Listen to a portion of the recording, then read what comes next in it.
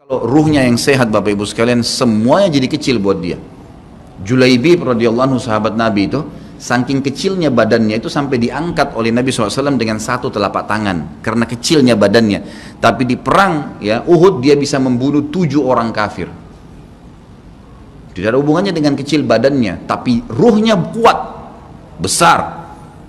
Waktu Nabi SAW balik dari perang Uhud dan terkalahkan oleh orang-orang kafir Quraisy dengan hikmah Allah Subhanahu wa taala, semua sahabat waktu itu mati syahid 70 orang di Uhud, sisa 630 orang bersama Nabi SAW, semuanya terluka, dan minimal luka sahabat waktu itu minimal 7 luka, sabetan pedang, hantaman tombak, sobekan, pokoknya luka semua sahabat, sampai ada sahabat sudah nggak bisa jalan karena kakinya sobek, punggungnya sobek, dinaikin di kuda, tiba di rumah tinggal dibaringin. Lihat bagaimana para sahabat mengetahui bagaimana hubungannya dengan Allah Subhanahu wa taala dengan ilmu yang sudah tertanam yang Nabi SAW tanamkan dalam hati mereka, bisa mengubah segala sesuatu.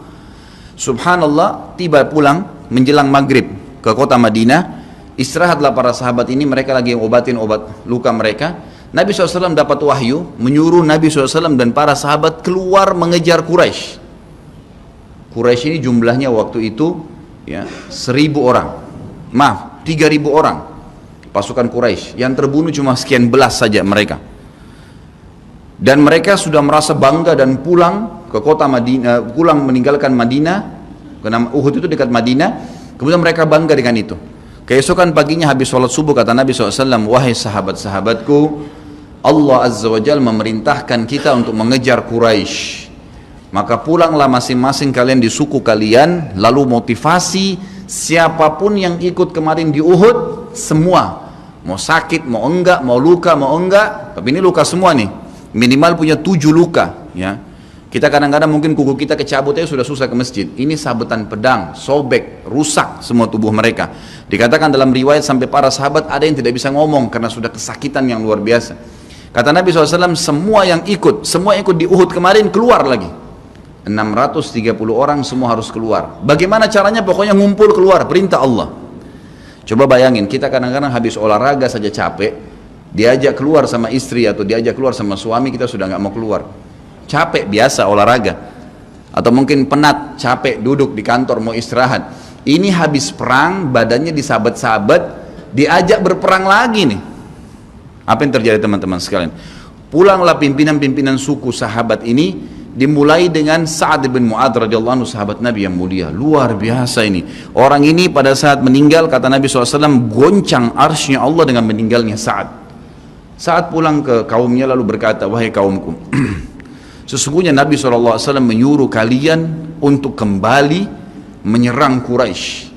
Pada saat itu mereka lagi kumpul saling ngobatin luka, dan di depan mereka yang saling ngobatin luka itu adalah Usaid bin Khudair, sahabat Nabi yang mulia. Ini sahabat Nabi yang satu dari Aus ini, kalau membaca Al-Quran malaikat turun dari langit dengerin bacaannya, luar biasa. Lagi ngobatin lukanya sambil dia berkata, waktu dikatakan Nabi SAW menyuruh kalian mengejar Quraisy, kata Usaid bin Khudair lagi ngobatin lukanya, sami'na wa ata'na, kami dengar dan kami patuh, ditinggalin lukanya. Lalu seluruh suku itu saling nopang satu sama yang lain, mendatangi masjid Nabi SAW untuk ikut berperang lagi. Nggak ada satupun yang tinggal. Ada yang luar biasa, saya terus terang nangis waktu dengar kisah itu, luar biasa. 2 orang anak muda Ansar, saya setiap kenang kisah ini selalu nangis, nggak bisa tahan karena luar biasa. Anak 2 orang ini belasan tahun umurnya, dan dua-duanya nggak bisa jalan Bapak Ibu sekalian, nggak bisa jalan, luar biasa. Sudah sobek kakinya, sobek punggungnya, bahkan dikatakan di bagian leher ada irisan, di bagian lehernya ada irisan, gitu kan.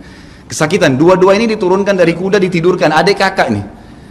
Tapi saya tidak ingat, namanya tidak disebutkan dalam kisah, tapi ini kisah luar biasa. Dan kemarin kebetulan Imam Masjid Haram atau saya lagi umroh nyebutin kisah itu juga. Hampir satu masjid orang menangis mendengarkan kisahnya. Dia mengatakan, waktu sampai ke telinga adik kakak ini umurnya belasan tahun ya, di bawah 20 tahun. Kalau Nabi SAW memanggil seluruh yang hadir di Uhud untuk kembali berperang. Ini mereka nggak bisa jalan nih. Si kakak bilang sama adiknya, kita nggak bisa tinggal di sini nih. Rasulullah SAW sudah memanggil kita untuk menjawab panggilan Allah. Kata adiknya, bagaimana caranya kita merangkak? Bagaimana caranya kita ke sana? Nggak ada yang bisa nopang. Ini berdua lagi sakit. Mereka cuma tinggal sama ibunya. Lalu berkata si kakak, sekali saya seret kamu, sekali kamu seret saya. Mereka saling seret satu sama yang lain, Bapak Ibu sekalian, sampai di hadapan masjid Nabi SAW. Lihat bagaimana iman mereka kepada Allah Subhanahu Wa Taala, luar biasa. Dan ini tidak bisa kecuali kalau dipaksakan. Kalau tidak dipaksakan nggak bisa. Semoga Allah Subhanahu Wa Taala jadikan kita orang yang selalu memaksakan diri untuk ibadah. Karena kalau tidak, kita nggak paksakan, kita akan mati dalam keadaan konyol dan menyesal karena tingkatan-tingkatan di surga akan hilang. Percuma.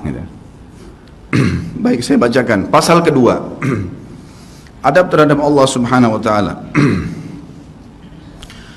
Seorang muslim hendaknya melihat segala sesuatu yang telah diberikan Allah kepadanya dengan tiada terhingga, yakni berupa kenikmatan yang tak terhitung.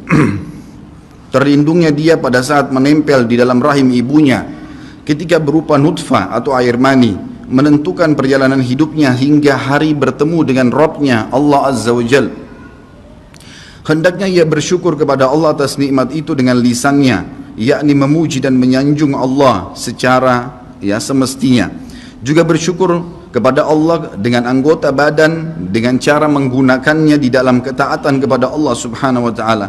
Karena mengingkari nikmat, tidak mengakui kelebihan yang diberikan Allah, mengingkarinya beserta kebaikannya, bukanlah termasuk adab kepada Allah. Sebagaimana Allah berfirman dalam surah An-Nahl ayat 53, A'udzubillahi minasyaitonirrajim. Wa ma bikum min ni'matin faminallah. Dan apa saja nikmat yang ada padamu, maka itu dari Allah datangnya. Dalam surah An-Nahl ayat 18 Allah berfirman, A'udzubillahi minasyaitonirrajim, wa in ta'uddu ni'matallahi la tuhsuha. Dan jika kalian menghitung-hitung nikmat Allah, maka kalian tidak akan mampu untuk menghitungnya. Begitu banyak nikmatnya Allah, Bapak Ibu sekalian. Kita berbuat maksiat, pelanggaran-pelanggaran, tapi Allah masih bisa memberikan kita oksigen gratis. Cahaya masih bisa ditangkap oleh mata kita, telinga kita masih bisa menangkap suara sehingga mengetahui apa yang diinginkan oleh kita. Setelah bertahun-tahun berbuat dosa, dengan taubat kepada Allah, Allah bisa ampuni. Itu luar biasa. Nikmat Allah tidak bisa terhitung.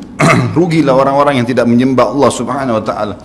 Dan kalau seandainya, kata Ibnu Taimiyah rahimahullah, orang-orang yang bermaksiat kepada Allah itu tahu bagaimana nikmatnya keimanan yang ada dalam hati kami ini, sehingga kami bisa menangis dan kami bisa merasakan dekatnya dengan Allah, bahkan merindukan surga dan selalu merasa diri jauh dari neraka, maka niscaya mereka akan membelah dada-dada kami dan mengambil keimanan itu, karena mereka tidak akan pernah merasakannya. Keimanan akan membuat makanan sederhana menjadi mewah, tidur di tempat yang biasa akan menjadi nyaman, bahkan cobaan seberat apapun menjadi kecil buat kita, karena keimanan kepada Allah Subhanahu Wa Taala. Dan itu sebuah nikmat. Itu hanya bisa dirasakan kalau kita betul-betul memaksakan diri beribadah kepada Allah Subhanahu Wa Taala.